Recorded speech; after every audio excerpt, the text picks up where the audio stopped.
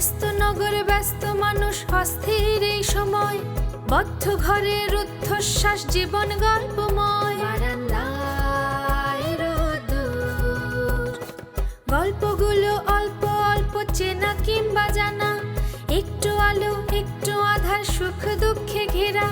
দুঃখের গল্প ভেসে ভেসে যাক নানের উদ্দেশ্যে, সুখের আলো ফুটে উঠুক এই নীল আকাশে। বারান্দায় রোদ্দুর, বারান্দায় রোদ্দুর, বারান্দায় রোদ্দুর, বারান্দায় রোদ্দুর। বাবা, এই মুহূর্তে আমি কিন্তু একজন আন্দোলনকারী। তো আপনি আমাকে এভাবে হুমকি দিতে পারেন না। পারেন যদি আপনি ভাবেন যে আমি আপনার পুত্রবধূ। এছাড়া আমি আর কি ভাববো? দাঁড়াও, তোমার শাশুড়ির খবর আছে। আর মিরাজ আসুক, মিরাজ আসলে তোমারও খবর আছে। বাবা, আপনি কিন্তু আমাকে ভয় দেখাচ্ছেন। ভয়ের দেখেছো নাকি? কি দেখেছো? আমাকে না খাইয়ে রেখেছো। আমি তোমাদের কাউকে ছাড়বো না। তার মানে আপনি আমাদের দাবি মেনে নেবেনই না? Never, no. বাবা, আমি আপনার সন্তান তুল্য। পরের ঘরের মেয়ে আমি। আপনার ঘরে এভাবে না খেয়ে আছি। এই দেখো, আমাকে তুমি ইমোশনাল ব্ল্যাকমেইল করার চেষ্টা করবে না। না, ঠিক আছে, তা করব না, কিন্তু আপনার কাছে আমার একটাই অনুরোধ। আপনি দয়া করে আপনার অসমাপ্ত কাজের কথা সবাইকে বলে সবার মুখে দুমুঠো অন্ন তোলার ব্যবস্থা করুন। আরে, অন্ন তো তোমাদেরই হাতে। নিজের পেটে তো নিজেরাই লাথি মারছো। আচ্ছা বাবা, আপনি কেন এমন করছেন? আপনার কারণে আপনার স্ত্রী, পুত্র, কন্যা, পুত্রবধূ সবাই না খেয়ে আছে। सागर कितना पास है, फिर भी मेरे दिल में कितना प्यास है। হ্যাঁ? মানে বাবা, পাতিল ভরা খাবার আছে, কিন্তু খাবার উপায় তো নেই।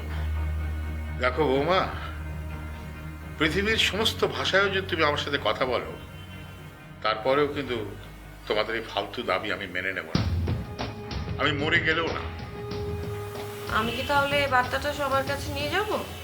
Yes, and out.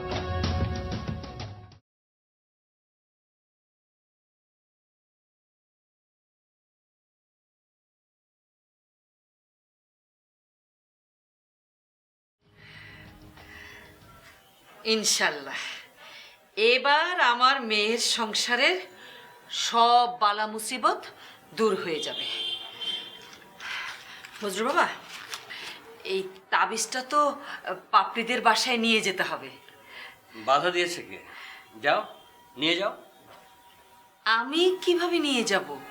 তুমি কিভাবে নিয়ে যাবে? হ্যাঁ, বুঝতে পারছো না? না। শোনো, এই তাবিজটা তোমার হাতে আছে তো, শক্ত করে ধরো। এবার দুটো পা দিয়ে সিঁড়ি বেয়ে নিচে নেমে যাও। রাস্তায় দাঁড়াবে, একটা সিএনজি স্কুটার অথবা রিক্সা নিয়ে সোজা ওই বাড়ি চলে যাবে। যাও যাও। কি বলছেন আপনি?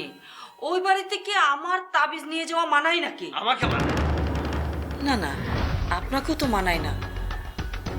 আচ্ছা, হুজুর কি বলেছেন? দরজায় ঝুলিয়ে দিতে বলেছেন। দরজায় ঝুলিয়ে দিতে বলেছেন, তাই তো করতে হবে। তাহলে এক কাজ করেন বজলুর বাবা, আপনি তাবিজটা নিয়ে সোজা পাপড়ির বাসায় চলে যান, বাইরে দাঁড়িয়ে থাকবেন। পাপড়িকে একটু ফোন করে দেবেন, ও যে কাউকে বাড়ির বাইরে পাঠিয়ে দেবে, আপনি তার হাতে তাবিজটা দিয়ে দেবেন, তাহলেই হয়ে গেল। সে চেষ্টাও করেছি, কিন্তু পাপড়ি ফোন ধরছে না। ও হ্যাঁ, তাই তো, সাগরও তো একই কথা বললো, পাপড়ি ফোন ধরছে না। তাহলে কি হবে? কি হবে? ওই তাবিজটা তোমার নিজের গলায় ঝুলিয়ে রাখো। এত রেগে যাচ্ছেন কেন? বলতে বলতে বলতে বলতে মুখে ফেনা উঠে গেল, তারপর এতদিন পর এটা নিয়ে আসলেন। হ্যাঁ, এত রাগ করার কি আছে? প্যাক করো না তো, যাও যাও এখান থেকে, যাও বলছি। বজলু বাবা, আপনি দুপুরে কিছু খাননি না? সে চিন্তা তোমাকে করতে হবে না। খাননি কেন? পকেটে টাকা ছিল না? ছিল। ও মা, তাহলে না খেয়ে আছেন কেন? তুমি তুমি আমাকে কি মনে করো? কি মনে করো? আমি কি সীমা? আমার মনে কি কোনো দয়া মায়া নেই? পাপড়ি আমার মেয়ে না, আমি ওর বাবা না। আপনি কিছুই খাননি? 3 ঘন্টা আগে একটা আইসক্রিম খেয়েছি মাত্র। আইসক্রিম?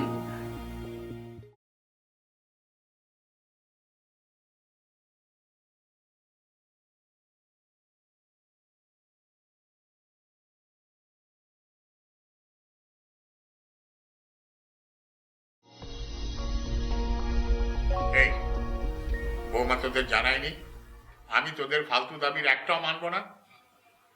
জি জানাইছি চাচা। তাহলে কেন এসেছিস? আমি আপনার একটা গোপন কথা করতে আসলাম চাচা যান। এই তুই কি আমার জন্য খাবার জোগাড় করেছিস? জি না চাচা যান। তাহলে কেন এসেছিস? যা এখান থেকে, যা। সংবাদটা খুব ভয়াবহ চাচা যান। আপনার নুন খাইছি, চোখের সামনে তো আপনার সর্বনাশ দেখতে পারবো না নে। কি সংবাদ রে? ভাইজানরা সাংবাদিক আমার কথা ভাবতেছে। কি? কেন? সাংবাদিক আইছে খবরটা পত্রিকায় ছাপবে, পিতার বিরুদ্ধে যে সন্তানদের আন্দোলন, এই খবরটা পাবলিক খুব খাবেনি। এত দূর? আমার যদি কিছু করবার থাকে আমার কোন চাচা যান, আমি আপনার জন্য জান কুরবান করে দিতে পারি, কিন্তু আমি আপনার অপমান সহ্য করতে পারবো না নে। আমি কি ভাইজানদের বাসার থেকে বাইর করে দেব? চুপ! আমার বিরুদ্ধে অপপ্রচার? না না না না, এটা হতে দেয়া যাবে না, যাবে না। চাচা যান কি কিছু করছেন? আচ্ছা পেরমাল, তুই তো আমার জন্য জান কোরবান করতে পারবি, তাই না? অবশ্যই চাচা যান, আমি আপনার জন্য 100 কোটি বার জান কুরবান করতে পারি। তুই কি আপাতত আমার জন্য কিছু খাবার এনে দিতে পারবি? কেন পারবো না চাচা যান, অবশ্যই পারবো। কিন্তু চাচা যান, আমি আপনার কাছে খাবার কিরাম করে আনবো? কেন? হাতে নিয়ে আসবি?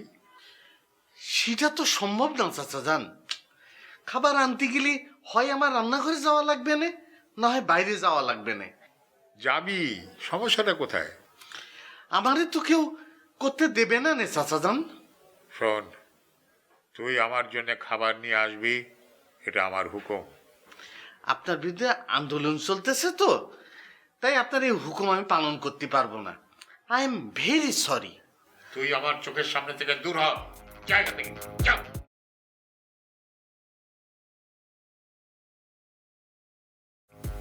বাসায় সাংবাদিক আসবে, তারা এই খবর প্রচার করবে?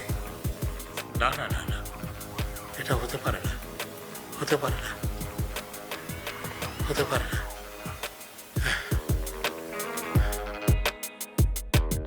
এই যাও সবাই যার যার রুমে গিয়ে ঘুমাও। না না মা, ঘরে গেলেই তো আন্দোলনটা দুর্বল হয়ে পড়বে।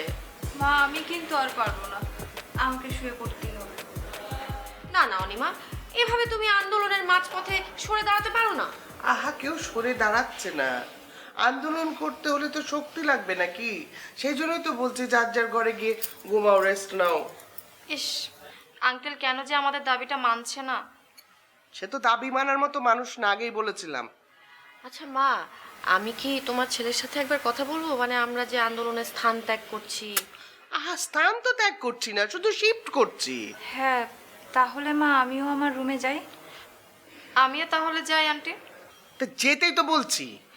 দাঁড়াও দাঁড়াও দাঁড়াও, ঘরে যাচ্ছ ভালো কথা, খবরদার ভুলেও কিন্তু কোনো কিচ্ছু খাওয়া যাবে না। ভাবি, তুমি কি আমাকে অবিশ্বাস করছো? না, সাবধান করছি। না, আমাদের কারো তো আসলে আন্দোলন করে অভ্যাস নেই, কাজেই চিত্ত যদিও বা দুর্বল হয়ে যায়, দাবি আদায়ের জন্য কোনোভাবেই অনশন ভঙ্গ করা যাবে না। ভাবি, তুমি আমাকে 100% বিশ্বাস করতে পারো, পূর্ণ আস্থা রাখতে পারো আমার। আপনারা কেউ না খেলে আমার তো খাওয়ার প্রশ্নই আসে না। ইয়ে, আমি বলছিলাম কি, মানে মানুষটা সকাল থেকে তো খায়নি, যদি এক গ্লাস না না মা, একদম করা যাবে না এটা। তোমার ছেলের কড়া আদেশ আছে আমার উপরে, কেউ এক ফোঁটা পানিও পান করতে পারবে না। আচ্ছা ঠিক আছে, যাও যাও সবাই যাও।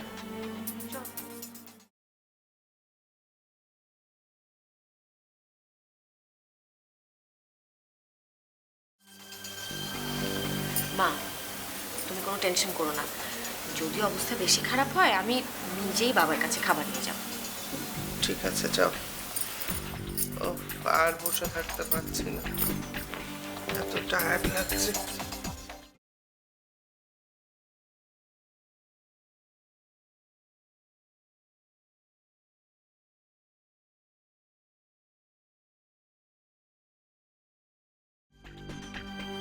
ওরে জুই রে, জুই, না খেয়ে তো আমি আর থাকতে পারবো বলে মনে হচ্ছে না। তোমাকে খাওয়ানো ছাড়া আর যা করতে বলবে আমি করব। তাহলে তুই এমন একটা উপায় বের কর যাতে করে খেতেও হবে না আবার ক্ষুধাও মিটবে। তা কি করে সম্ভব? এইমাত্র না তুই বললি যে খাওয়ানো ছাড়া আর যা করতে বলবো তুই তাই করতে পারবি। তুমি তো রীতিমতো আবিষ্কার করতে বলছো, আমি তো কাজের কথা বলছি। তুমি আমাকে যে কাজ করতে বলবে আমি করব। তুই আসলে কোনো কাজেরই না। আপু, একটা উপায় আছে। কি উপায়? জলদি বল তো। একটা খেলা আছে। কি খেলা? কল্পনা কল্পনা খেলা। সেটা কি রকম? এই ধরো, তোমার সামনে দুনিয়ার সমস্ত লোভনীয় খাবার সাজানো রয়েছে। পোলাও, কোরমা, কোপ্তা, রোস্ট, রেজালা, সন্দেশ, ফিরনি, মন্ডা মিঠাই। এই ওয়েট ওয়েট ওয়েট ওয়েট, তুই কি আমার ক্ষুধা মেটাতে চাইছিস নাকি বাড়াতে চাইছিস? আরে বাবা, ভাবোই না, ভাবতে দোষ কি? আচ্ছা ওয়েট, আমি তাহলে ভেবে নিলাম আমার সামনে সব খাবার সাজানো আছে। এইবার তুমি খেতে শুরু করো। আরে সত্যি সত্যি খাচ্ছ এমন ভাব করো।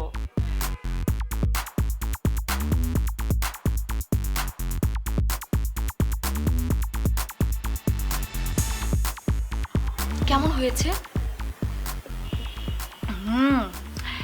রোস্টে লবণটা একটু বেশি হয়েছে, কিন্তু রেজালাটা খেতে মারাত্মক হয়েছে। আর সন্দেশ মিষ্টি? আরে ওয়েট ওয়েট, আগে পোলাও, কোরমা, রোস্ট, রেজালাটা খেতে দে তারপর। ও হ্যাঁ হ্যাঁ, খাও খাও খাও। শোন, তুই এক কাজ কর, তুই আমার সঙ্গে খেতে বস, খা।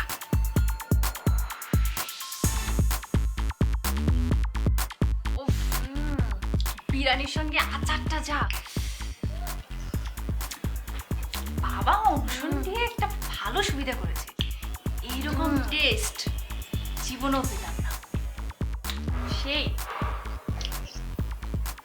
আচ্ছা, তোদের বাসায় রান্না যখন না হতো তখন কি তুই এভাবে খেতি? আমরা তো ঠিক মতো খেতেই পারতাম না। ইস, ভাবিটা থাকলে যে কি মজা হতো। ভাবিরও অনেক ক্ষুধা লেগেছে রে। আগে তুমি খাও তো, আমরা বেশি করে খেয়ে নিই। এই তুই তাহলে বলছিস বাবা কিছুটা চিন্তায় পড়েছে? আমার তো ভাইজান দেখে শিরাকে মনে হইল।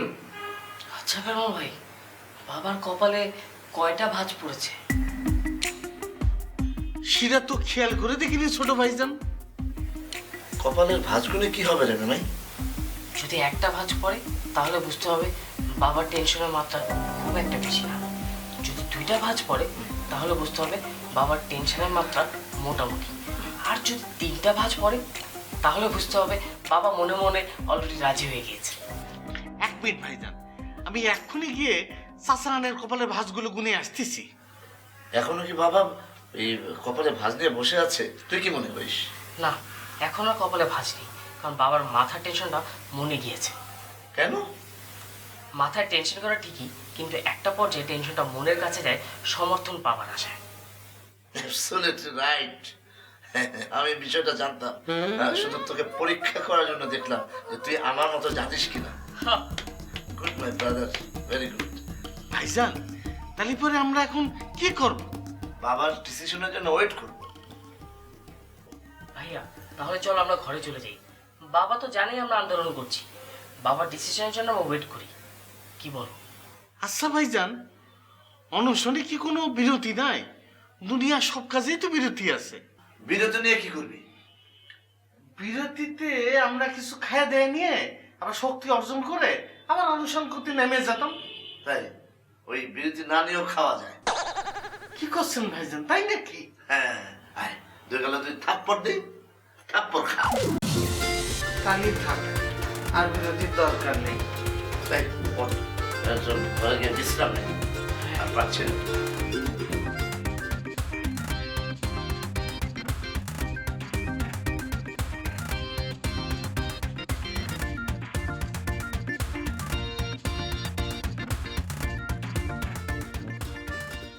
সত্যি বাবা, এখানে আমার কিছুই করার নেই। এটা আমাদের পারিবারিক ব্যাপার, আর এই পারিবারিক ব্যাপারে আমি নাক গলাতে পারি না। আপনাকে নাক গলাতে হবে কেন? আপনি শুধু আমাকে ভালো একটা বুদ্ধি দেন। যেখানে নাক গলাতে পারি না সেখানে সমাধানে আমার মাথায় কিছু আসে না। তোমার মাথায় তো শুধু আসে কিভাবে আমাকে বকাঝকা করা যায় সেটা। তা তো বটেই, তুই আমার মেয়ে না?